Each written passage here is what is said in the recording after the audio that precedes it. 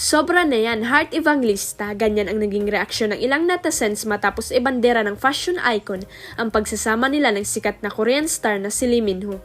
Sa Instagram ni Heart makikita ang short video na na-meet niya si Min-ho sa isang fashion event sa Thailand. Naging agaw pansin din sa maraming fans ang pag-shake hands ng dalawa habang nag-uusap. Bukod dyan, nagkaroon pa ng pictorial ang dalawa para sa isang luxury fashion brand. 36 hours and hundreds of laughters, a day of celebration with Fendi, caption ni Heart sa kanyang IG. Thailand.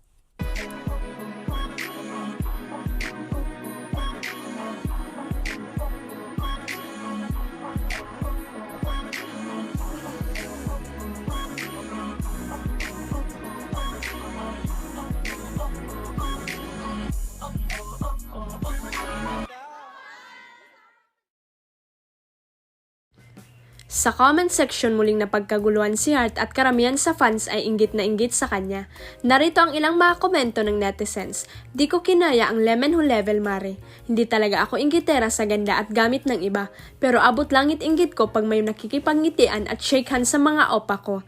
Grabe na ang level mo maring Heart. Lemon ho levels na si so proud of you.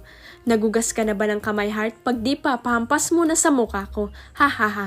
Hoy my God, bakit may ngitian at kamayan na yan? Hindi kami naiinggit, Hearty. Tiningnan din ang IG post ng Korean Idol at nakita rin ang ilang moments mula sa nasabing event. Huwag kalimutang i-click ang subscribe button at i-ring ang notification bell para sa latest at legit chika updates.